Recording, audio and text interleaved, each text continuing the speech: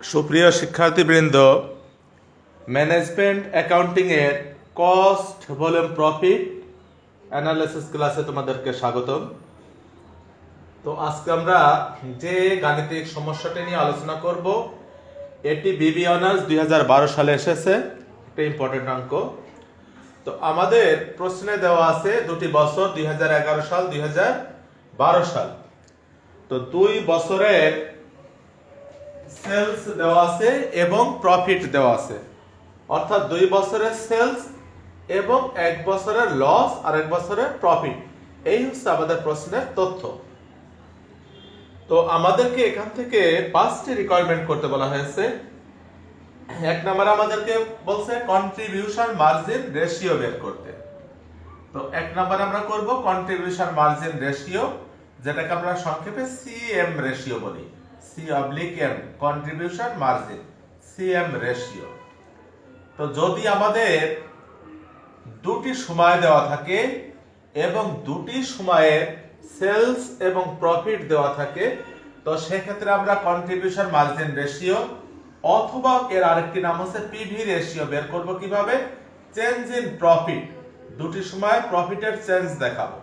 Change in profit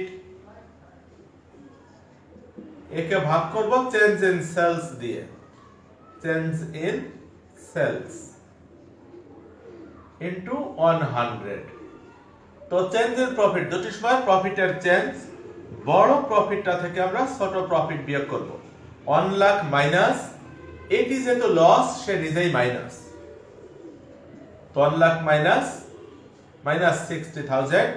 R change in sales, একটি sales ছিল 10 লক্ষ টাকা, যখন 1 লক্ষ টাকা প্রফিট হতো, মাইনাস আরেকটি সেলস আমাদের 6 লক্ষ।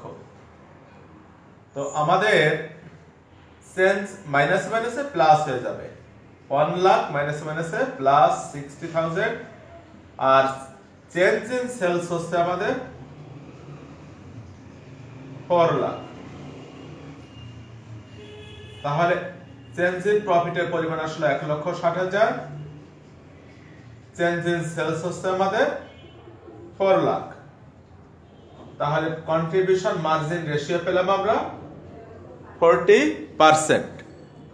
এটা দ্বারা বুঝবো যে এই প্রতিষ্ঠান যদি 100 টাকা বিক্রয় করে, তাহলে তাদের কন্ট্রিবিউশন মার্জিনের পরিমাণ হবে 40 টাকা। অর্থাৎ প্রতি 100 টাকা বিক্রয়ের মধ্যে 40 টাকা আছে আমাদের কন্ট্রিবিউশন মার্জিন। এই 40 টাকার মধ্যে কিছু অংশ ফিক্সড কস্ট এবং বাকিটুকু প্রফিট। তো আমাদের রিকোয়ার্ড 1 এ জানতে চেয়েছিল কন্ট্রিবিউশন মার্জিন রেশিও। রিকোয়ার্ড 2 তে আমাদের কাছে জানতে চেয়েছে যে এই প্রতিষ্ঠানের ফিক্সড কস্টের পরিমাণ কত। তো আমরা এইমাত্র বললাম যে কন্ট্রিবিউশন মার্জিন রেশিও 40%। এটা দ্বারা আমরা বুঝি যে এই প্রতিষ্ঠান যদি 100 টাকা বিক্রয় করে, তাহলে তাদের কন্ট্রিবিউশনের পরিমাণ হচ্ছে 40 টাকা। এই 40 টাকার মধ্যে কিছু অংশ ফিক্সড কস্ট এবং কিছু অংশ প্রফিট। তো আমাদেরকে এখন রিকোয়ার্ড 2 তে ফিক্সড কস্টের পরিমাণ জানতে চাইলো, ফিক্সড কস্ট। তো আমরা যদি সেলস কে সিএম রেশিও দিয়ে গুণ করি, তাহলে হয়ে যাবে আমাদের কন্ট্রিবিউশন মার্জিন। তো এই কন্ট্রিবিউশন মার্জিনের মধ্যে একটা অংশ ফিক্সড কস্ট আর একটা অংশ প্রফিট। তো আমরা যদি প্রফিট বাদ দিয়ে দেই, তাহলে ফিক্সড কস্টের পরিমাণ জেনে যাব। তো লিখলাম sales into CM ratio. Sales কে সিএম রেশিও দিয়ে গুণ করলে কন্ট্রিবিউশন মার্জিন। এই কন্ট্রিবিউশন মার্জিনের মধ্যে একটা অংশ প্রফিট আর একটা অংশ ফিক্সড কস্ট। তো যেহেতু প্রফিট বাদ দিয়ে দিচ্ছি, ফিক্সড কস্টের পরিমাণ জেনে যাব। সেলস কত আমাদের? 10 লাখ। কন্ট্রিবিউশন মার্জিন রেশিও আমরা বের করেছি 40%, মাইনাস প্রফিটের পরিমাণ কত ছিল? 10 লক্ষ টাকা সেলসের জন্য প্রফিট ছিল 1 লাখ। তাহলে কন্ট্রিবিউশন মার্জিন হলো আমাদের 4 lakh, minus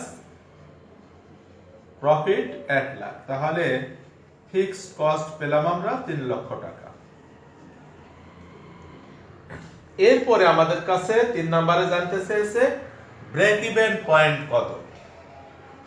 break even point বলতে আমরা ওই পরিমাণ সেলস কে বুঝি যতটুকু বিক্রয় করলে প্রতিষ্ঠানের মোট আয় এবং মোট ব্যয়ের পরিমাণ সমান হবে। যেহেতু মোট আয় এবং মোট ব্যয়ের পরিমাণ সমান হবে, এই কারণে আমাদের প্রফিট অর্জিত হবে না, লসও হবে না। প্রতিষ্ঠান যদি ব্রেক ইভেন পয়েন্টের বেশি বিক্রয় করতে পারে তাহলে তাদের প্রফিট হবে, আর ব্রেক ইভেন পয়েন্টের কম যদি বিক্রয় করে তাহলে তাদের লস হবে। তো আমরা এই ব্রেক ইভেন পয়েন্ট ইউনিটে বের করতে পারি অথবা টাকায় বের করতে পারি। ইউনিটে বের হলে বের হবে যে কত ইউনিট বিক্রয় করলে মোট আয় মোট ব্যয় সমান হবে। ইউনিটে বের করতে হলে আমাদের ফিক্সড কস্টকে কন্ট্রিবিউশন পার ইউনিট দিয়ে ভাগ করতে হবে। তো এই অঙ্কে কন্ট্রিবিউশন পার ইউনিট আমরা বের করতে পারবো না, এজন্য আমরা ব্রেক ইভেন পয়েন্ট ইন টাকা বের করব। সূত্র কি? Fixed cost. ফিক্সড কস্ট কে ভাগ করব সিএম রেশিও দিয়ে। ফিক্সড কস্ট ভাগ সিএম রেশিও। আমরা রিকোয়ার্ড 2 তে বের করেছি ফিক্সড কস্টের পরিমাণ 3 লক্ষ টাকা, আর রিকোয়ার্ড 1 এ বের করেছিলাম সিএম রেশিও আমাদের 40%। তো 3 লক্ষ টাকাকে 40% দিয়ে ভাগ করলে আমরা ব্রেক ইভেন পয়েন্টের পরিমাণ পেয়ে যাব। 3 লক্ষ টাকা একে ভাগ করব 40% দিয়ে, 7,50,000 টাকা। অর্থাৎ এই প্রতিষ্ঠান যদি 7,50,000 টাকা বিক্রয় করে তাহলে তাদের প্রফিটও হবে না, লসও হবে না।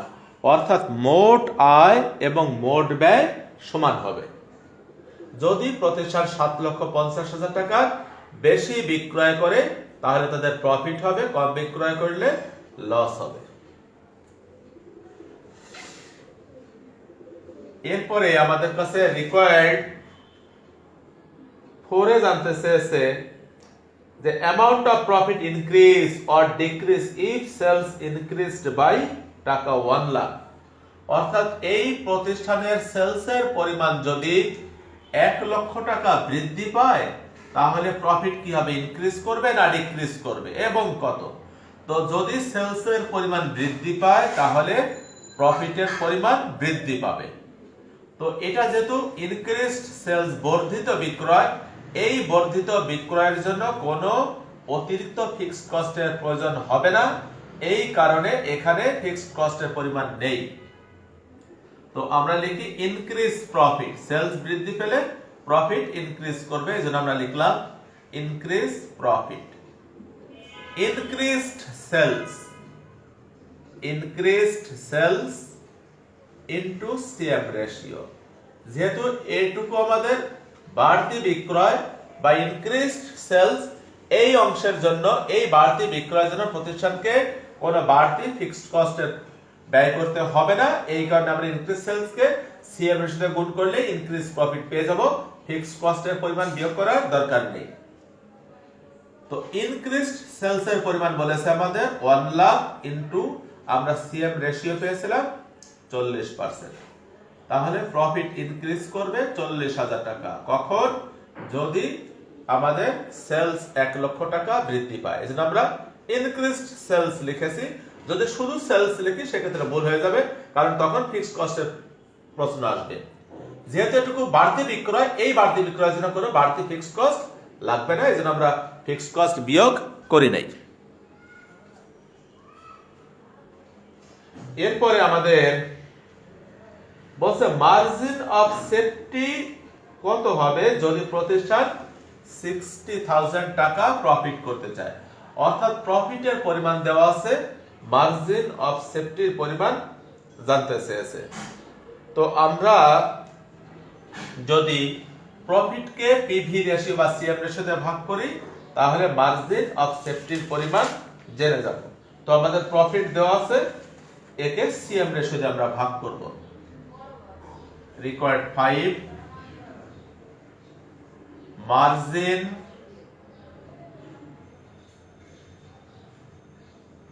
Margin of safety. Margin of safety কিভাবে পাবো? প্রফিট একে ভাগ করব পিভি রেশিও দিয়ে, বা পিভি রেশিওটা আমরা এখানে সিএম রেশিও লিখেছি, আমরা ওই ল্যাঙ্গুয়েজটাই ব্যবহার করি, যদিও পিভি রেশিও এবং সিএম রেশিও একই কথা। প্রফিট ভাগ সিএম রেশিও। কেন প্রফিট ব্যবহার করলাম? কারণ আমাদের বলা আছে যে প্রফিট যদি 60,000 টাকা করতে চাই তাহলে মার্জিন অফ সেফটি কত, অথবা আমরা সেলস থেকে ব্রেক ইভেন সেলস বিয়োগ করেও মার্জিন অফ সেফটি পেতে পারতাম। তো প্রফিটের পরিমাণ দেওয়া আছে 60,000, সিএম রেশিওর পরিমাণ দেওয়া আছে 40%, তাহলে আমাদের মার্জিন অফ সেফটির পরিমাণ হয় 1,50,000 টাকা।